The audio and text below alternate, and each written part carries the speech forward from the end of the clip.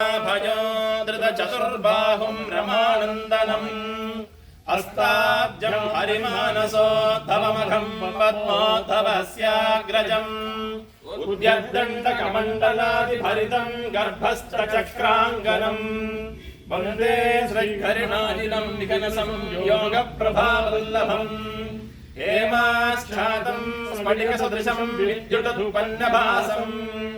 विद्यानाथं कुशपरिजसत्केतनं दण्डपाणिम् वेदारामं गुरुमयमहावाहनन्दोषदुष्कम्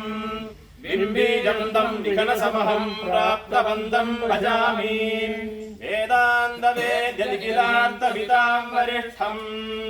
चक्राभयाब्जवरदो धृतहस्तशङ्खम्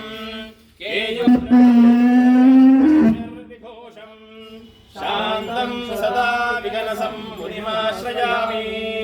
कण्ठावलग्नतुलसीनलिनाक्षमाला कान्द्यावलिप्तमृदुपीनभुजान्तराळम् स्वर्णाम्भुजादवदनोल्लसदूर्ध्वपुण्ड्रम् शान्तं सदा विकनसं मुनिमाश्रयामि नारायणाङ्घ्रि जलजद्वयसत्तचित्तम् राजकिरीटमणिकुण्डलभूषिताङ्गम्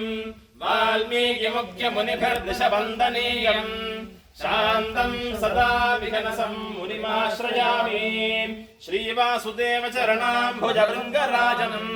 कामादिदोषहरणं परविष्णुरूपम् वैखानसार्चितपदं परमं पवित्रम् शान्तं सदा विकनसं मुनिमाश्रयामि चन्द्रादित्यसुलोचनं मम गुरुं क्षीराब्धिकन्यासुतम् सूत्रानन्दसमन्द्रतन्द्रविदुषाम् अज्ञानविच्छेदनम् तं साक्षात् परवासुदेवचरणद्वन्द्वाम्बुजार्चापरम्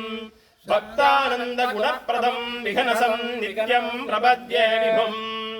येषामासीदादिवैखानसानां जन्मक्षेत्रं नैमिषारण्यभूमिः देवो येषां देवकी पुण्यराशिः तेषां पादद्वन्द्वपद्मं प्रपद्ये येषामासीदादिवैखानसानां जन्मक्षेत्रं नैमिषारण्यभूमिः देवो येषां देवकी पुण्यराशिः तेषां पादद्वन्द्वपद्मं प्रपद्ये भव्याय मौनिवर्याय परिभूताय वाग्मिने